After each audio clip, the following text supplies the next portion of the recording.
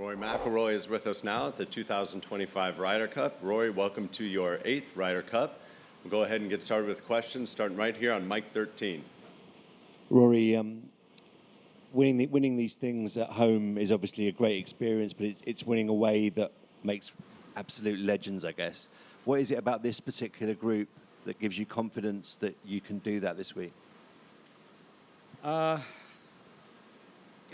one thing that I've talked about a lot going into this Ryder Cup is I love the continuity of this team. I love that 11 of the 12 are the same as we had in Rome, and the 12th has the same DNA as the other one. So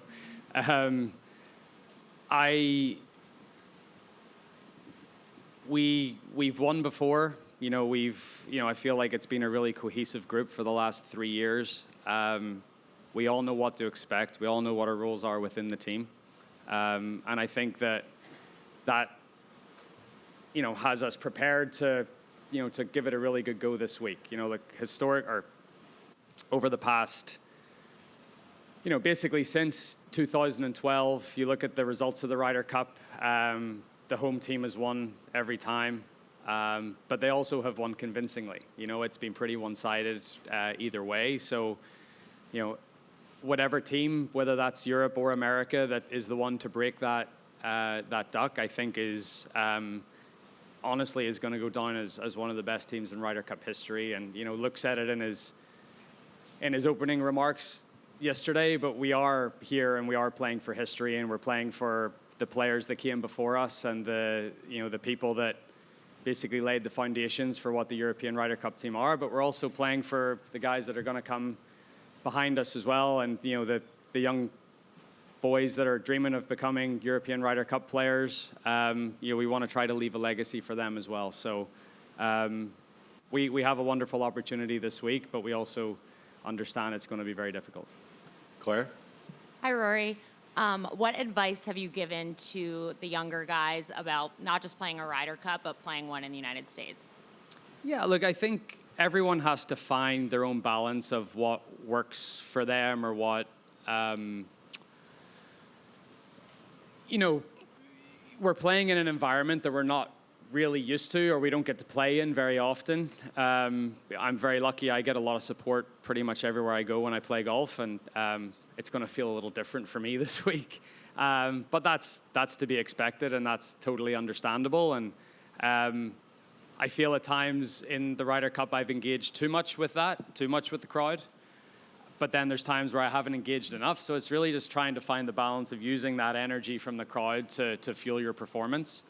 I felt like at Hazeltine I probably engaged too much at times, and then in Whistling Straits I didn't engage enough and felt pretty flat because of it. So it's just trying to find that balance. And I can't tell anyone on the team what that balance is. They really have to find it themselves. But that's the challenge of playing away, right? It's you're not just trying to perform to your best level, but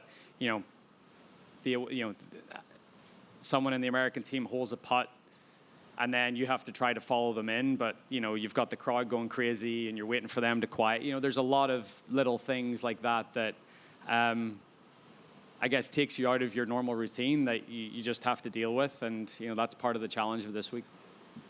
Up to mic 10. Hi, Rory.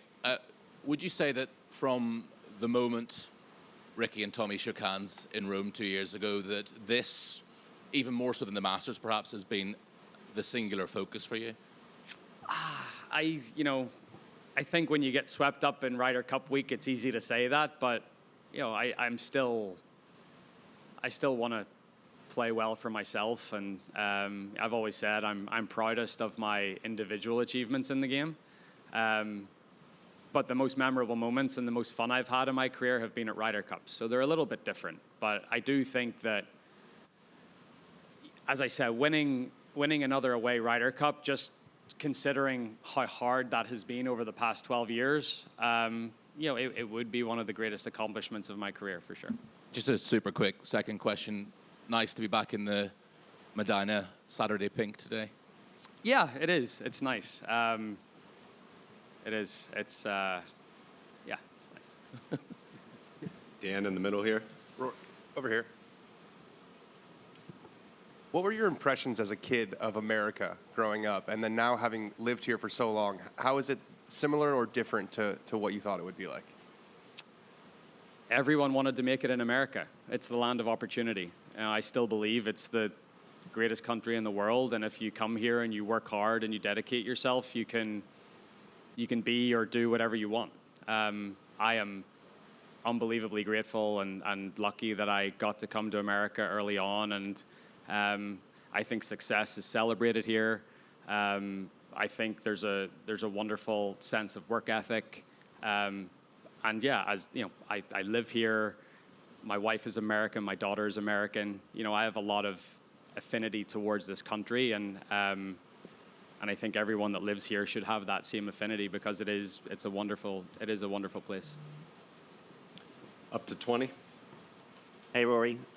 Everyone loves the rivalries of the Ryder Cup.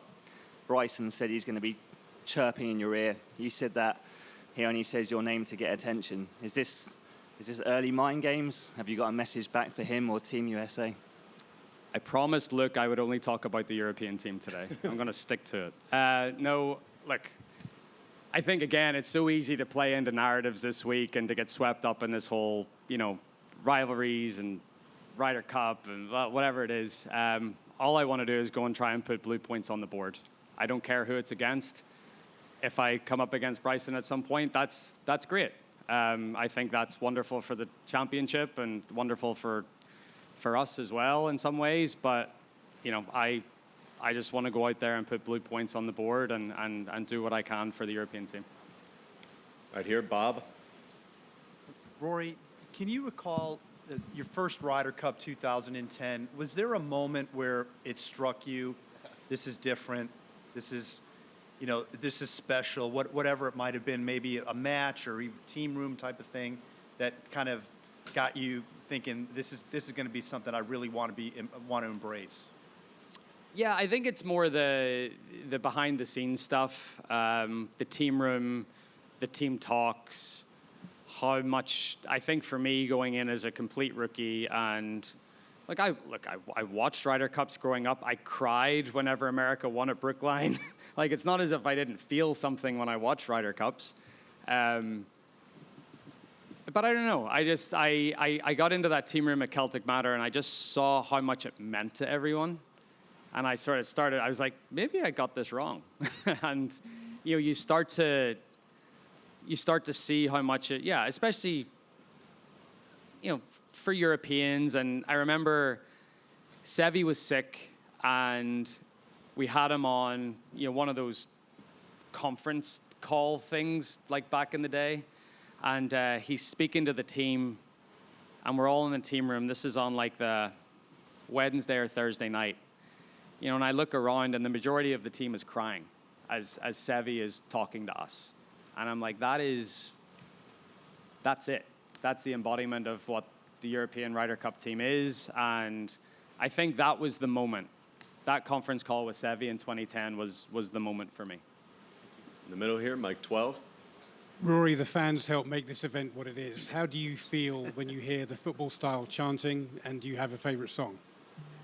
Yeah, it's amazing. And I think as well, growing up as a fan of football and going to United games and hearing those songs and then having those songs, having the tune the same but the lyrics changed into something that, has something to do with you.